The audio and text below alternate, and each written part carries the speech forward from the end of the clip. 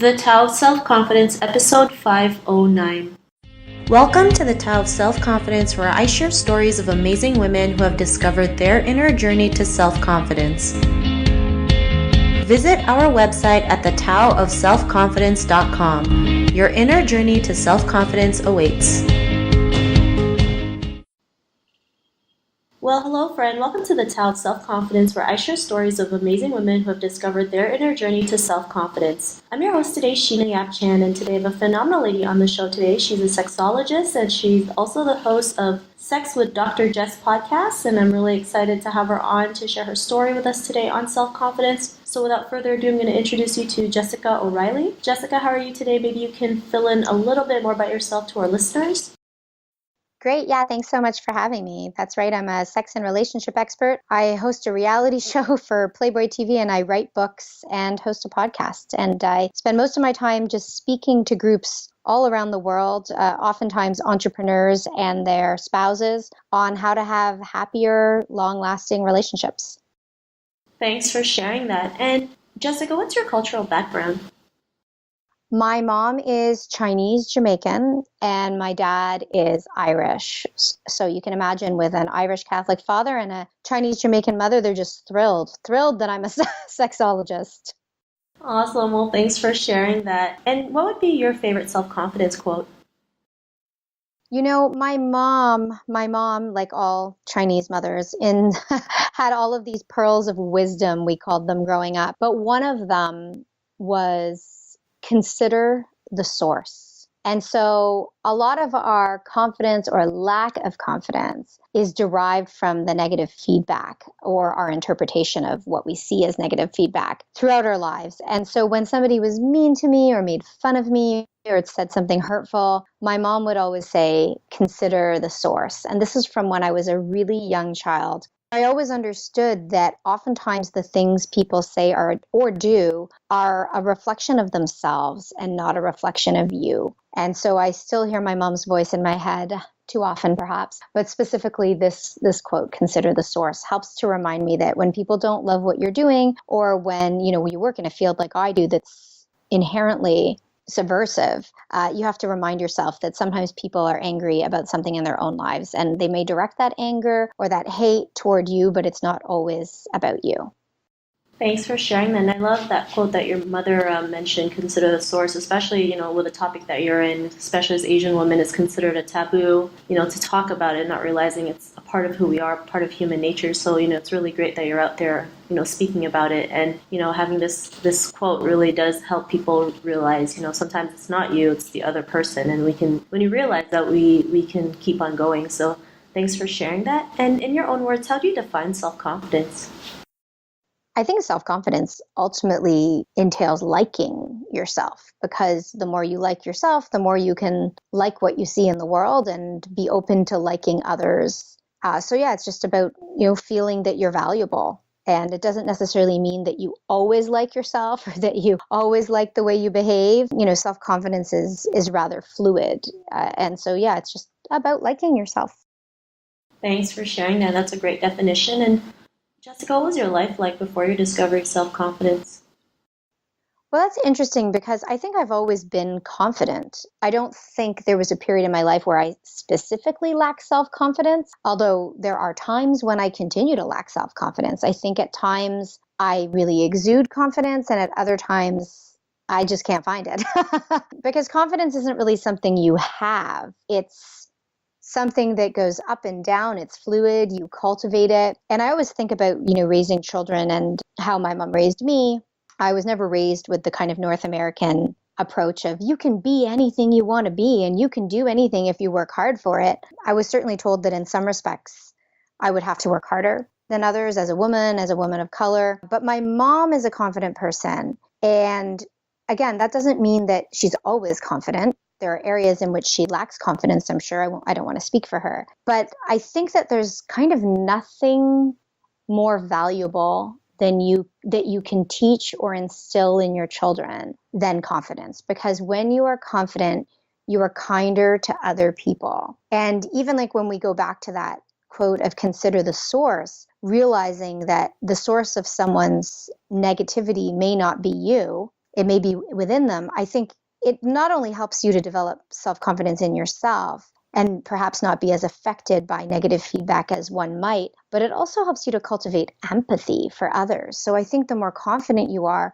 the more understanding and empathetic of others you become. So, I mean, to go back to the fact that I don't really believe, I was not confident and now I'm confident. I'll tell you, I might feel confident right now because I derive confidence from an interview with you and from public speaking. But tomorrow I might feel less confident because I'm struggling with something at work or I'm struggling with something in my relationship. So I think what I need to always remind myself is that confidence is something that shifts. It's not something that you possess, but something that you're always working on.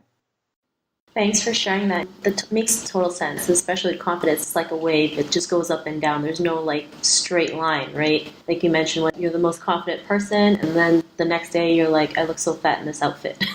We all go through that, right? We just have to keep reminding ourselves that we are more than enough to go out there and do the things we want. Is there a moment in your life when you realize that, like an aha moment?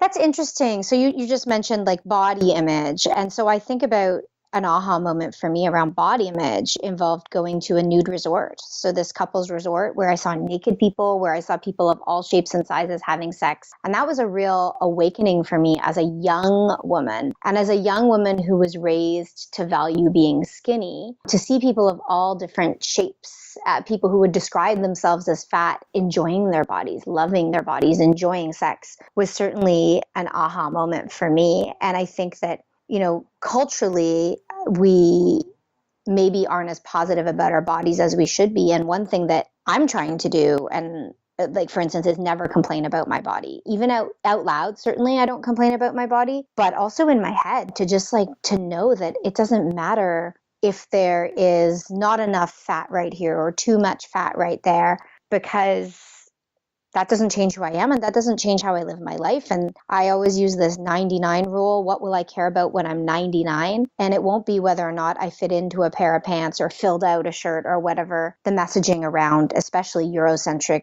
norms of beauty may be at this given point in time. So being around naked people for the first time was a real aha moment. In terms of other types of confidence, like confidence in business, certainly certain business milestones have helped to boost my confidence. So I've worked in I think about 35 countries with a range of cultures. I've worked in the Philippines, I've worked in Turkey, I've worked in Dubai, I've worked in Lebanon, and being able to reach and impact, hopefully positively, relationships with people from various cultures has helped to boost my confidence. And then personally, I certainly derive a great deal of confidence from my marriage, this partnership I've created with my husband, Brandon, because I feel supported, I feel honored, I feel appreciated, I feel loved every day. And I believe that I return extend those feelings toward him and hope that he feels just as supportive. And I work at that.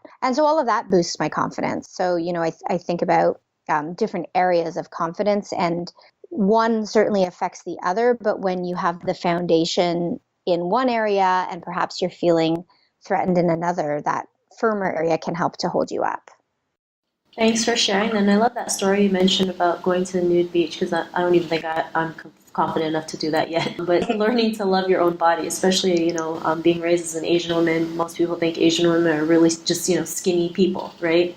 And for some people, it really tears them down because they feel like they're not worthy enough if they're like a size 8 versus a size 0. Learning to love that really does help us with our confidence. And like you mentioned, even if there's other areas we're not confident in, we can transfer that confidence to other areas of our life. So I really love that you mentioned that story. And, because of all these realizations, what's your life been like now? I mean, life is good.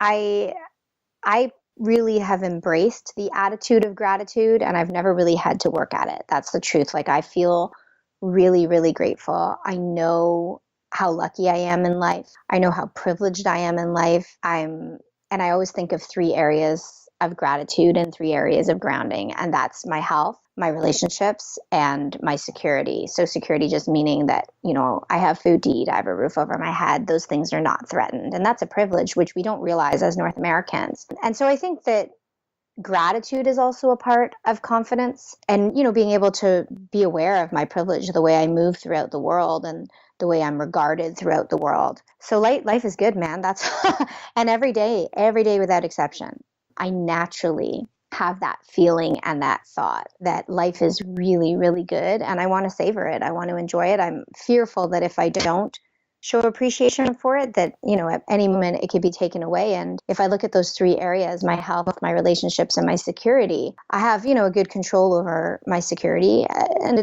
a good degree of control over cultivating happy relationships. The health, anything can happen. And so being grateful, keeps me happy and is tied to confidence, of course.